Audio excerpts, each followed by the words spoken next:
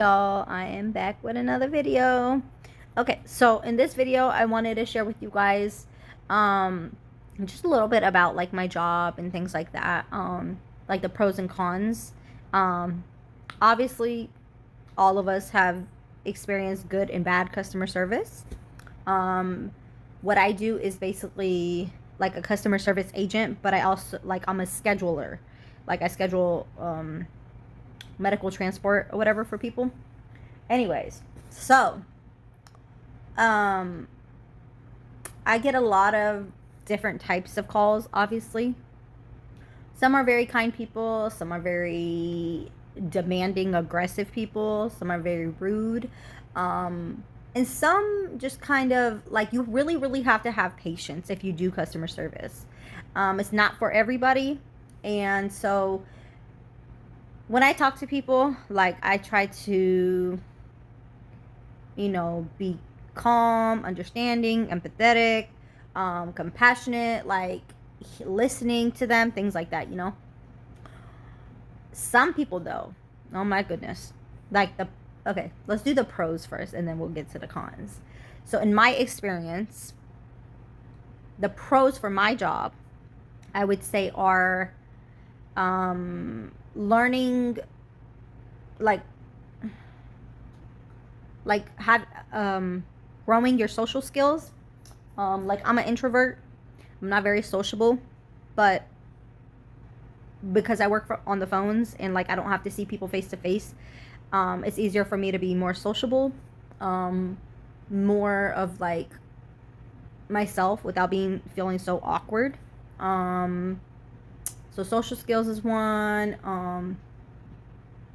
Like your empathy skills, or understanding other people, I don't know what that's called, but anyways, that's one of them. Working from home, obviously, so you don't have to go out into to an actual job. You don't have to waste gas. What else? You're in your own comfort. You're not in a side of a little cubicle or call center. You get to do like different things. Like, if you're at home and you need to use your own home bathroom, or if you have if you want to, like, cook whatever you want at home, so it's less eating out. What else?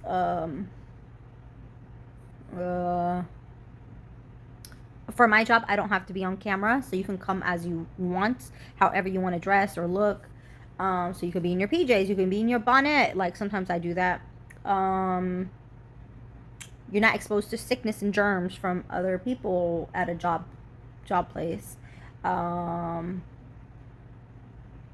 You can take a nap on your lunch breaks or your little breaks. You can exercise. You can fold laundry. You can do dishes. Like, you can sweep and mop. You can do whatever you want. Those are some of the few that I thought of. Anyways, for pros. The cons, I feel like, outweigh the pros. But anyways, the cons are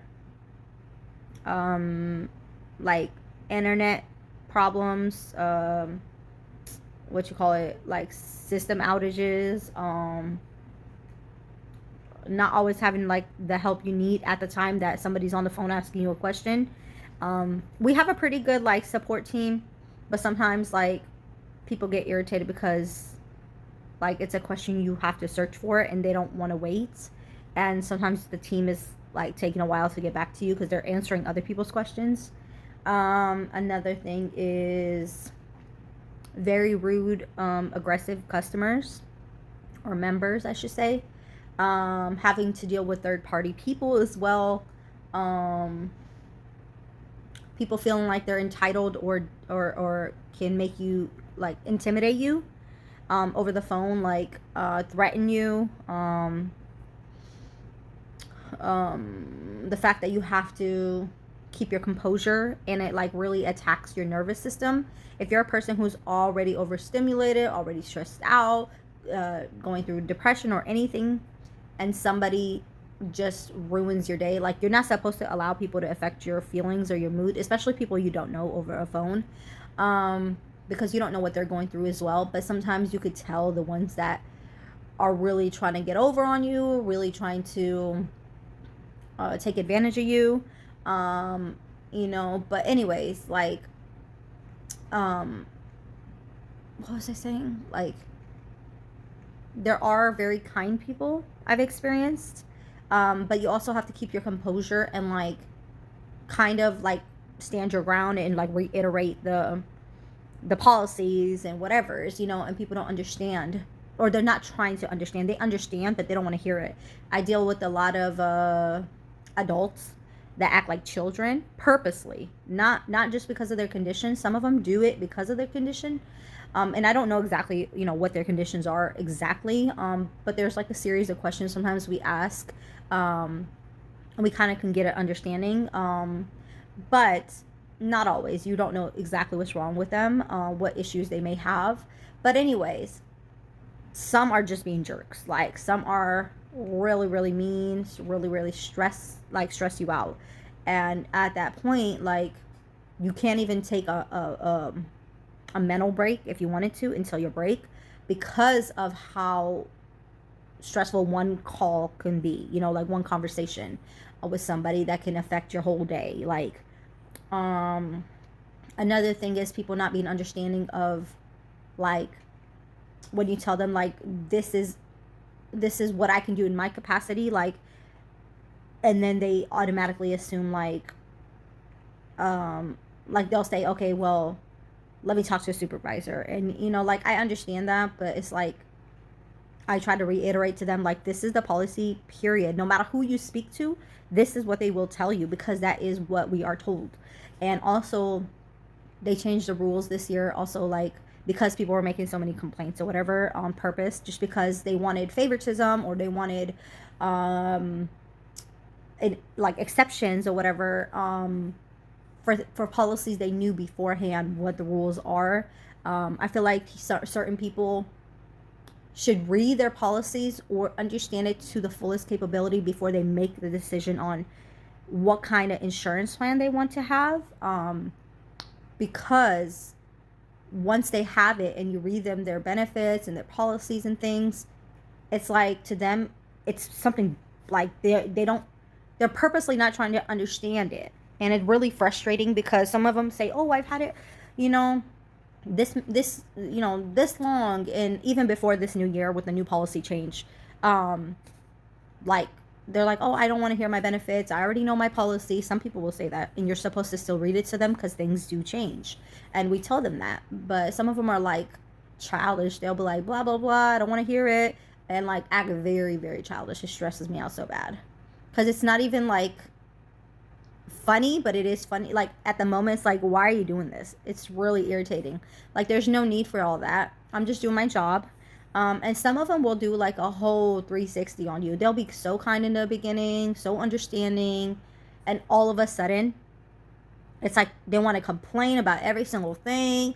It's like, okay, I understand your frustration, like, I understand your concerns. What I'm trying to explain to you is, this is the policy for everyone, no matter who you are or what kind of condition or problem you have. This is what it is, you know, like, it's no favoritism. And the problem with this is, unfortunately, some agents, like customer service agents, don't do their job correctly. So sometimes they'll break the, like, now it's a 2-day 48-hour policy, where they have to, if they want an appointment, let's say today is Tuesday, they want an appointment and they call in today, right? We can't schedule them a ride until Thursday. That would be 48 hours. But it has to be like exactly to the minute. So like, if they have an appointment, let's say at 8 a.m. and they called Tuesday at 3 p.m., we're not able to schedule the Thursday ride unless it's life-sustaining, because that's not 48 hours. And we explain to them, like, we are not open on weekends. We cannot schedule that. Because they'll argue with you up and down, like, well, you're stupid, and 48 hours, that's longer than 48 hours because of the weekend. I'm like, that's not counted, because we're not open. We're only open Monday through Friday. Some of them will try to, like, lie to you about the address, pickup, and drop off location because they're trying to go to not plan approved locations like a social security building or the mall or their friend's house or the salon or whatever, knowing that that's not a plan approved. But some agents, they don't take the time to look into these locations, especially if the member has been flagged for a location that they tried to go to before, and the driver's like, okay, this is not a location that we are supposed to drop them off at, and then the driver will cancel on them because that's not allowed, obviously, by their insurance. And so they'll try to hang up on you, call back a million times to get one agent that will finesse the system and try to, put a different location address, like name, like we ask them like, hey, what kind of, appointment is this for? Or are you going to the grocery store, gym? They're allowed, most people that have the plan are allowed like grocery stores, gyms, pharmacies, doctor's visits, hospitals, vision and hearing centers, things like that. And I feel like that's fair enough. Like, that's a lot of things that didn't used to be covered. But still, people will try to, trick the system and try to put like, oh, they're going to a pharmacy, but they're trying to go to a salon or a friend's house or a family member's house, and that's not plan approved. And then when you get that person that calls you and says, oh, I'm trying to go here. I was able to do it last time, and it was before the 48-hour policy. It used to be 72 hours where they could make a ride if it was 72 hours to the time of their appointment. Now it's 48 hours and people are still not satisfied. So it stresses me out. It's like, seriously? Like, no matter if it's 24 hours and you have to make an appointment, people will still complain. It's so stressful. And I get that some people cannot drive. They're not able to. But that's why we give them, like, local resources in their area that may be able to help with those other things, or whatever. But, like, don't try to, I would say they should not try to misuse their benefits is the word. A lot of people misuse their benefits. A lot of people get flagged and they're super upset every time they get on the phone because they can't get their way. They'll scream at you, they'll curse at you. And for somebody like me, like, this is not a career or a job I would have preferred, but it's better than the jobs I had before. It is work from home. I don't have to be on my feet all day. I have health issues, things like that. So, like, I don't mind being on the phones, but I know it's customer service. So I know I have to talk to people. And I don't mind it when it's, like, really calm, cool people. Some are really sweet. Some are really, like, you could talk to as, like, a friend, kind of. Even though you still have to be professional. But, like, and some will just get on your nerves. Like, with me, I'm like, ugh. Like, my stress level goes higher. I'm overstimulated. My cortisol level goes up. My body's nervous system is, like, on 100. Like, eventually I do want to do the job, like, a career path that I want to do. I want to be my own business owner, things like that. I also want to get monetized here on YouTube. So to make that a full-time thing, like, I'm a full-time content creator, and I'm getting more serious into it where I'm posting more often, more videos in a day. But I still need to reach monetization to be able to start getting, paid and actually start, like, having that as a source of income, as well as trying to do things that actually make me happy, actually pour into my cup, things I want to do and actually am happy to do, and not stressed out. But anyways, so yeah, I deal with a lot of different type of people, and I know that's what it is in all customer service. But then you have certain people that just really bug me, because, like, if we are contacting, like, the next higher up level of, like, for help or assistance or whatever, and they're telling you the same thing, sometimes they don't answer at all, and then you have to tell the member, like, hey, I'm sorry, I didn't get a hold of anybody. Maybe they'll, like, they'll contact you back. They don't want to hear it, they'll hang up on you.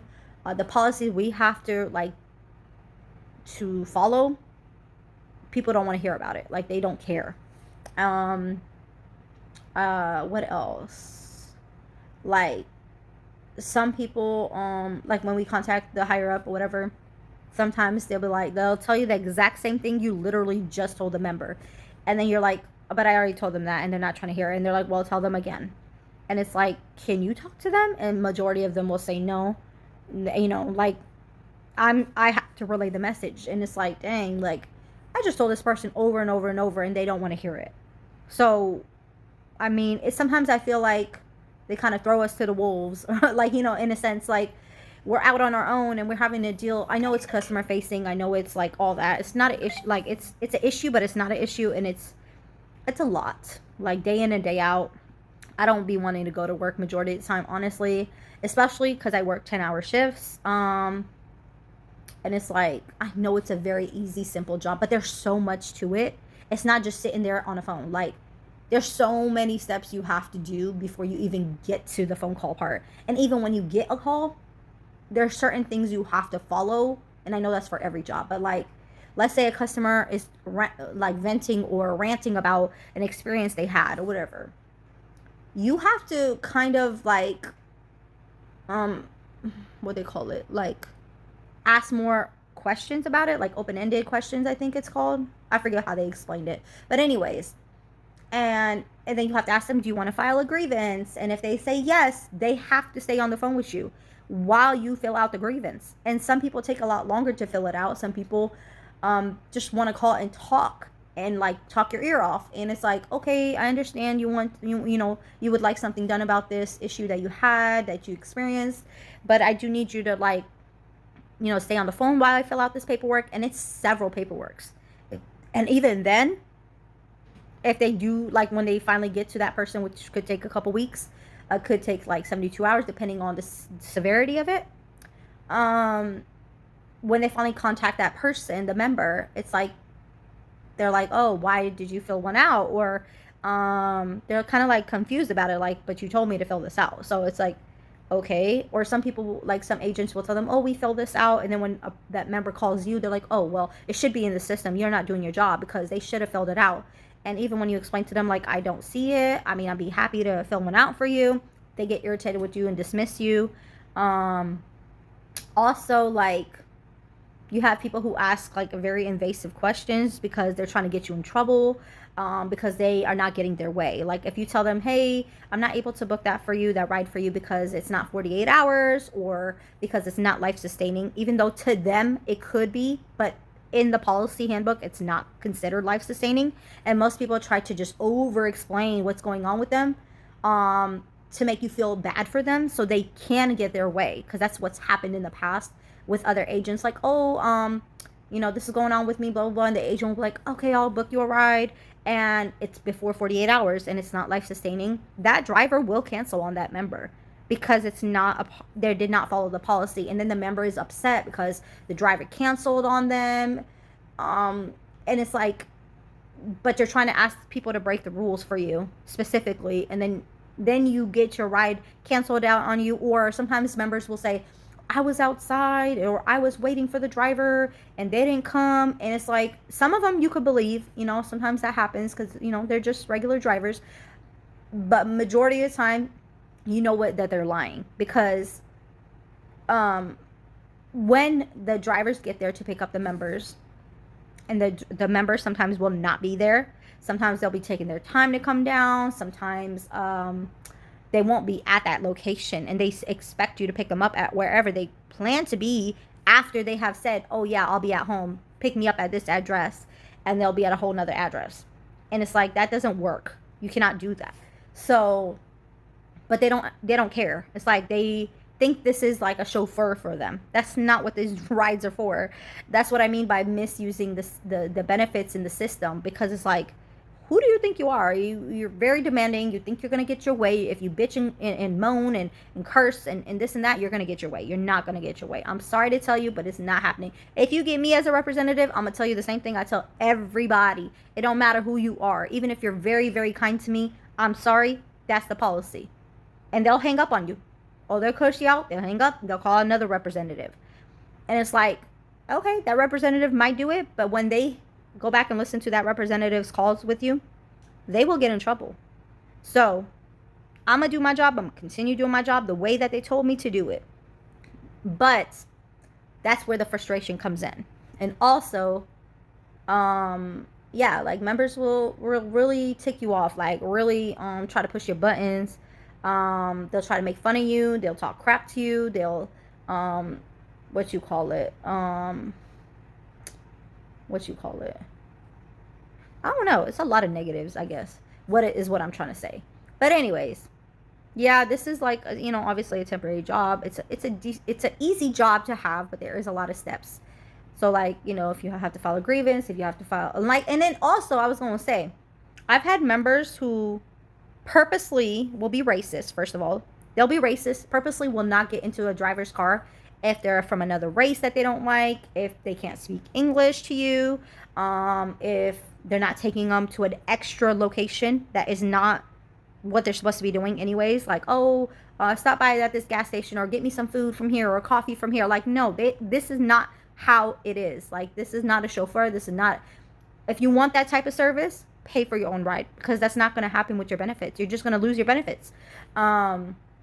So like, and then some drivers do it because they're trying to be kind or get a good rating, but they're not supposed to be doing that legally. Also, like, some members and drivers will get into it, like a fight. The drivers will keep them stranded because of the way that they were treated. Some members will get stranded because they don't feel safe with the drivers. Some drivers are like, smoking or have their children in the car, or what you call it. I've heard a lot of different stories. I don't know if they're all true or not, but some driver or some members have told me, like, what you call it, like, one lady told me that the driver, because okay, this agent that booked her a ride, wasn't me but a different agent, like days before, had booked her ride but put the incorrect address in for the drop-off location for her appointment. So she got into it with the driver. The member got into it with the driver because the driver was being very nasty to her, telling her, like, I know you, I'm gonna have my sister beat you up, things like that, and told her, like, this is the address they gave me, this is all I'm taking you to, blah blah blah. And the member had to, like, be like, you're not dropping me off in the middle of nowhere, like, please take me to my location. Eventually the driver took her, but had a whole bad attitude, threatened her, all types of stuff. When the member got to that address and needed her return ride, I was the one that got that call for the return ride, and she told me, hey, I was actually dropped off, or the girl that booked me before to go to my appointment to put in the wrong address. So where I'm at is not the address that it's going to show you on the system. So I went ahead and put the correct address. It was only a couple numbers, like, it was kind of flipped. Anyways, so it's a simple mistake, but it is serious because, like, she could have been dropped off in the middle of nowhere. Anyways, so I went ahead and fixed it for her, ordered her the ride, and she had told me the whole story about what happened with that girl. Of course, I filed a grievance, because we don't want members to feel unsafe with the driver, on any circumstance, no matter if the member's being horrible to them or if the driver's being horrible. Like, there should be no conflict, there should be no problems. But she was able to get home safely and everything like that. I made sure to stay on the phone with her. But it's like, they want us to go out of our way for members, but a lot of them do not deserve it. I'm sorry to say, they do not deserve it. And, like, don't abuse and misuse the system, your benefits, and then complain that you are not getting your way. That's not gonna fly with me. I'm sorry. Other people will be gullible enough to fall for it. That's cool. They can lose their job. They can, they can go ahead and try to finesse the system, but I'm not gonna do it. I'm sorry. And I understand, like, exceptions, like, but I always make sure to get approval. And I also make sure, like, if it is a life-sustaining appointment, obviously they can go before 48 hours. They can go the same day, they can go the next day. But it's just like, dang, it's so much work and stress behind customer service. Well, my job, customer service. I know other jobs could be easier. I've had other customer service jobs that were work from home and a lot easier, but they were just temporary. But anyways, yeah, I just want to do something that's not going to stress me out, that's not going to make me feel like I don't want to go to work, and make me feel like I got to deal with another, crappy person. Or, like, I know that comes with customer service and I understand, but man, y'all don't know. If you do not have a customer service job, majority of people do, because they're dealing with patients or clients or members or whatever. So almost all jobs are going to be customer service, kind of. But it takes certain kind of people to be able to work with other people. And I'm good, like I work well with others. Like my team, we work really good together. Like we literally chat all day long. If we have questions, my boss is really cool, my TL is really nice.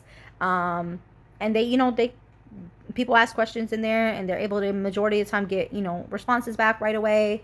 Um when we have to contact member services or language line for interpreters, sometimes they are not nice. Sometimes members will call into member services or a different line, and then the member services, even though they know the policy and try to pull up the member on their side, will still direct them to you, like to me or to another agent on the transportation side, and they'll say, hey, we have this member, their account was restricted or they have no more rides, and is it okay if you deal with them? It's like, what? If you know that, I'm not able to do it either. And then they'll be like, well, can you talk to them? We have other people that we need to handle. It's like, no, you're supposed to deal with the member that you have first, and resolve that before you go to another person. Sometimes they'll just say, like, and then I'll get to the member and I'll tell them the same thing. Like, hey, I'm sorry, I'm not able to get into your account. And then they ask a whole bunch of questions on why. And I'm like, I'm not sure. Maybe you don't have transportation. A lot of them don't even know what they have on their benefits. And that's the whole point of me telling them the importance of me going over their benefit or allowing other agents who get that person to go over their benefits with them. So they know ahead of time, I do not have this, or I do have this. It's as simple as that. A lot of people will tell you, nope, that's too much. I don't care about, what you're reading. I don't want to hear it. Or they'll put the phone down. You could tell they're not on the phone, or they'll be doing other stuff in the background and not care about what you're talking about. And then later complain when you finally get them back on the phone and you're like, okay, let's book this ride. But, oh, it looks like, I can't do this place, or I can't put the request in for this date, especially if it's like people who have certain disabilities, like if they have a wheelchair, sometimes a walker, but if they have other health conditions, circumstances, then they have to go with non-emergency transportation instead of like a Uber or Lyft or ambulatory, things like that. And those literally are very specifically 48 hours. Like there's no going around it. There's no trying to, Uber and Lyft is also 48 hours, but the non-emergency transport will not come. They will cancel the ride. If you live outside of the mile radius, the limit, they will not be able to pick them up, drop them off, nothing. And people don't understand this.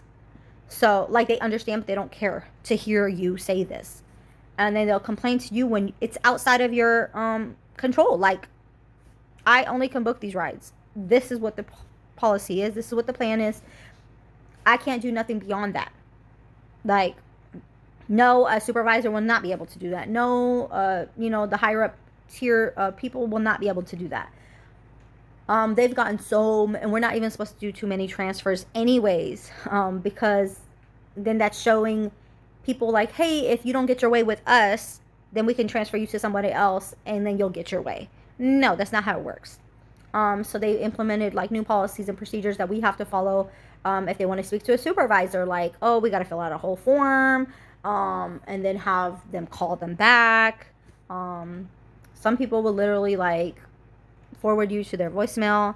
Some people, if they hang up on you or if the call drops, will not answer the phone again. If you have to attempt to call them back at least 3 times. Like a lot of things we have to deal with, and it's so much stuff. It's so nerve-wracking. It's not for anybody to do. Like, this job is easy, but it's not easy, I'm telling you.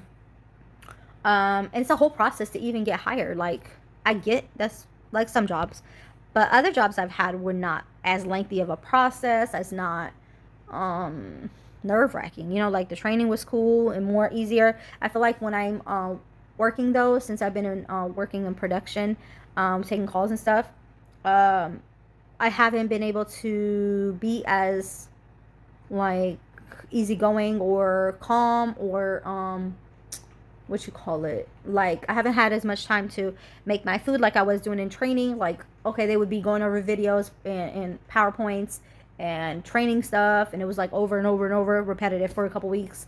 And it's like at that time I can get up most of the time, even though we had to be on camera.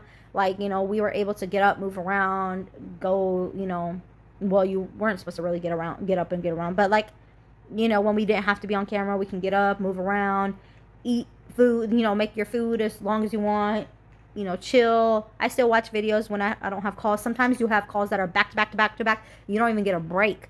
As you're wrapping up notes, another call is coming through already. After that caller has hung up already. And you're not even done filling out everything. So then you're thrown off, and then you have another caller with a whole different issue, and you have to remember after that call to go back to the other call to wrap up the notes. If you remember what was said in that. We do sometimes have like a generates notes button. Sometimes it does not work. Sometimes the system will load really slow and none of us can get on. Even when you tell the people like, hey, we have a system outage, they're really pissed off. It's like, we can't do nothing. There's other options you can do. You can go on your phone and go to like the app and book your own ride. You can talk to the customer service, like the prompt that it gives you. You can do a whole lot of other things, but at this moment, like, we cannot do anything because our system is down. You can call us back in a little bit and see if it's back up. Otherwise, you have to call us tomorrow. IT is pretty good about getting the system fixed for everyone as quickly as possible. Sometimes your internet will go down. It'll disconnect the whole system. And sometimes you'll have like 20, 30 minutes, 45 minutes between calls on a slow day. But they're trying to send people home now for like voluntary time off, which is VTO, which is like an excused absence instead of an unexcused absence. So they're starting to do that more on the slower days or you know, like during the holidays and things like that. Sometimes it's a lot slower. But anyways, yeah, it's a lot of pros and cons to this job. That's why I really want to get monetized on YouTube so I can be comfortable. Like, YouTube helps me to be myself, helps me to kind of like, I don't know, like I'm able to pour into my cup more. I'm able to be myself and do the things I'm already doing, but being relatable and showing y'all the real me, the authentic, like, I'm not trying to be anybody else but myself. I'm trying to share my life with you guys and you know, like, be able to just navigate life as a mom, as a wife, as, you know, a person, as a woman. And it's hard. It's not easy, but it's at least I'm able to do those things knowing I'm already having to do that, but also posting about it.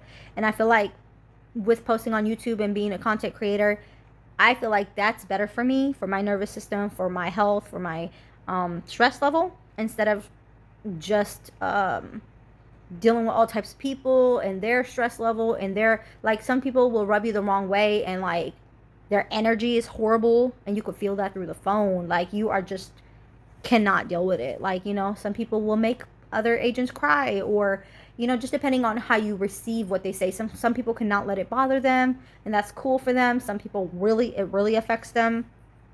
Like, I have to bite my tongue when I am speaking to people because I'm like, oh my goodness, like, I just want to say this and that, but I know that's not the right way to handle it, obviously. But it's just like, dang, I want to say this to this person, they're not understanding. I want to hit my head against this computer because they ain't trying to hear me. And it's like talking to a brick wall majority of the time. But yeah, and then you'll get those rude nurses or caseworkers or whatever, and you're telling them, like, I cannot talk to you. You're not an authorized representative on this member's account. I need to give verbal authorization. And they'll have an attitude with you. They'll stress you out. And, like, I'm like, oh, no, I do not got time for this. I did not wake up this early in the morning to deal with these people. But that's the job. Let me know in the comments if y'all can relate. If you have a work from home job and you're a customer service rep or whatever, you don't have to share what kind of, like, exactly your job, what you do, who you work for, because I'm not going to share who I work for out of privacy. But anyways, let me know, like, how you feel, what you go through, how you handle it. Like, I try to be calm. I try to, you know, watch my YouTube videos, support y'all, and watch y'all videos. I try to use a stress ball. I'm going to start using the punching bag that my kids have, go on my treadmill and walk and things like that, or walking pad. Drink some tea. I do that in water. I try to take quick little breaks and stuff. But anyways, let me know what y'all do, because I know I'm not the only one that experiences this. I mean, it's great to work from home, to stay at home and work, but I would much rather prefer working as a full-time content creator and making videos for y'all and getting paid for that, instead of working for another company, this type of job, and being stressed out every single day. Like, I know YouTube has its ups and downs too. There's people who are trolling, who say negative things, but as y'all see, I handle it. I don't pay no mind to it. I don't even respond to it majority of the time. I'm not gonna go back and forth with nobody. They don't have to watch my videos. I don't even know why they felt the need to leave a comment that was going to be negative, because I'm a pretty positive person and I tried to put positivity out there to y'all who support me, who continue to like help me, build me up, and just be like a supportive person. And I appreciate y'all who are like this. The ones I don't appreciate are the ones who feel the need to point out bad things that they don't like or flaws, and literally that's all they do, because they have no subscribers, they have no videos on their channel, but they feel the need to come on your channel, say all these horrible negative things, and act like you're going to pay any attention to them. I'm not going to do that. I'm sorry, but I'm not. Anyways, yeah. So that was my rant or my venting about what it is like to work at my job specifically, the pros and cons to it. As you see, there's more negative, there's more cons than pros. But like I said, I'm trying to get monetized this year. Help my family reach the 4K watch hours, or even more than that, so we can get monetized.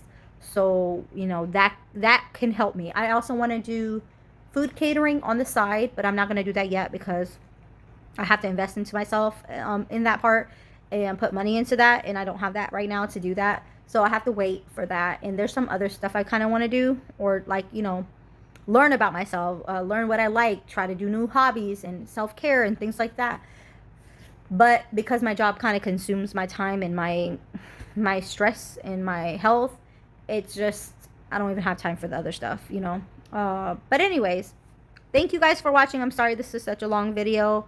I just wanted to share with you guys about, you know, the day in my life as a, you know, customer service agent or scheduler, whatever you want to call it.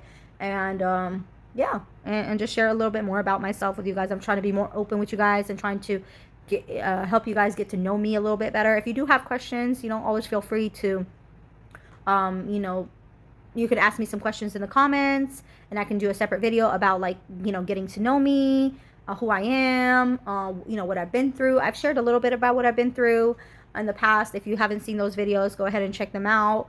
But anyways, yeah, like, I'm trying to be more consistent, you know, here on YouTube.